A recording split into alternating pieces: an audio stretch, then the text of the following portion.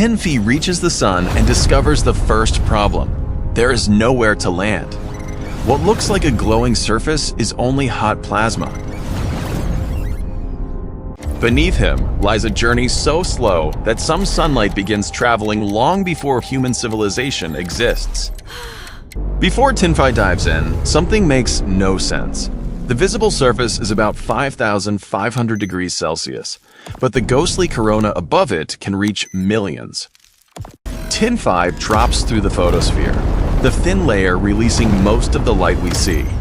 Up close, it churns with bright granules, hot plasma rising while cooler material sinks. Below is the convection zone.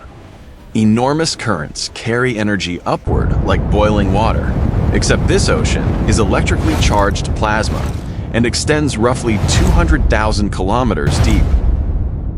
At its base lies the tachocline, where orderly inner rotation meets turbulent outer motion.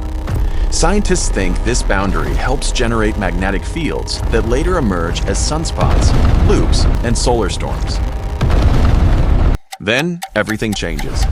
TinFi enters the radiative zone. Energy travels as photons, but the interior is so dense that each photon is repeatedly absorbed, re-emitted, and thrown in a new direction. Here's the reversal. Sunlight does not race straight from the core to the surface. Its random journey through the radiative zone can take around 170,000 years. Once it escapes, reaching Earth takes only about 8 minutes. At the center, the core reaches about 15 million degrees Celsius.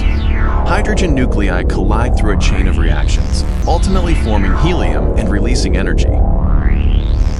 Every second, roughly 4 million tons of matter become energy, enough to keep the sun shining across the solar system. But no camera has ever visited this place. So how do we know what is here? TinFi releases 2 very different probes.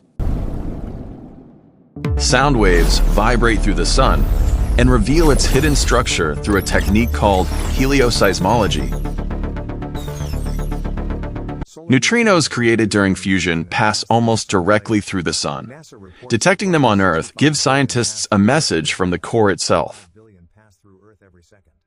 So what is really inside the sun?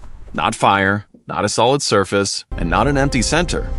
It is moving plasma, trapped light, magnetic turbulence, and a fusion engine powering almost every living thing on Earth.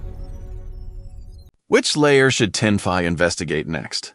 Subscribe for more adventures with TinFi.